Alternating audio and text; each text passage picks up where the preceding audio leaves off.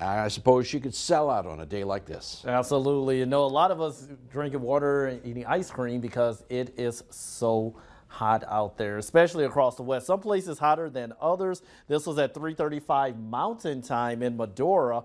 Kristen Seeks, look at that, 113 degrees, and not far behind by a few degrees was Dickinson. Beth Haffel taking this photo as well. Here's your current temperatures. Williston 100, 102 at the Dickinson Airport, Minot 94, Bismarck 97 degrees. And you notice a lot of us have a breeze as well. That's keeping away some of that smoke from the surface.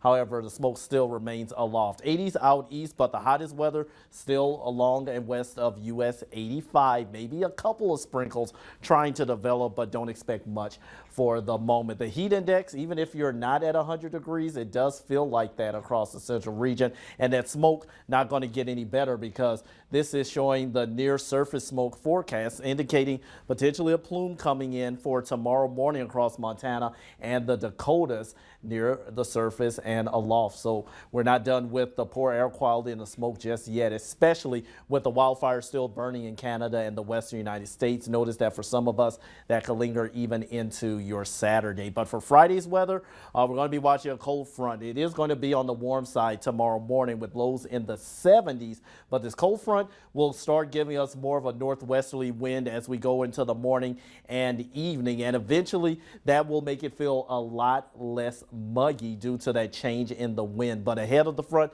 still a bit on the humid side with those dew points in the 60s and 70s. Behind it, not feeling nearly as bad. In fact, the excessive heat risk, this is showing Fridays pretty much minor for Montana and the western third of the Dakotas, but still in the moderate category for Minot, Bismarck, Mandan, pretty much anyone along interstate, well, rather Highway 83 into the James and River Valley still have that potential for some excessive heat, but things are going to be feeling better in the long term, at least when it comes down to tomorrow and even into the first half of your weekend. Look at your morning lows.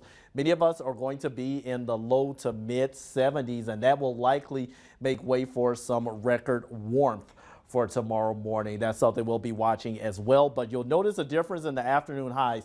That frontal system, much of the western and central Dakotas, that's going to allow us to only rise into the 80s for tomorrow. But ahead of that front, from Mobridge, possibly Bismarck, Mandan to the James and River Valleys is where you still have the potential for near or above 90-degree temperatures. 90s do return for Saturday for many of us, but still not as muggy as it once was. Also starting to see a couple of rain chances come into play as well. Not expecting anything excessive or widespread, but the chance for some hit or miss showers or storms can't be ruled out. And also just keep in mind as we go into the end of July and the beginning of August, we are still expecting above normal temperatures with a more round of 90s, and we're still in the dry season. So unfortunately, that means minimal rain chances overall. So we're not done with the 90s just yet, but the triple digits is a pretty safe bet that many of us won't be dealing with that for a while after today, of course. Let's see what rain we can squeeze out of that. Yeah, we'll take what we can get. All right, up next.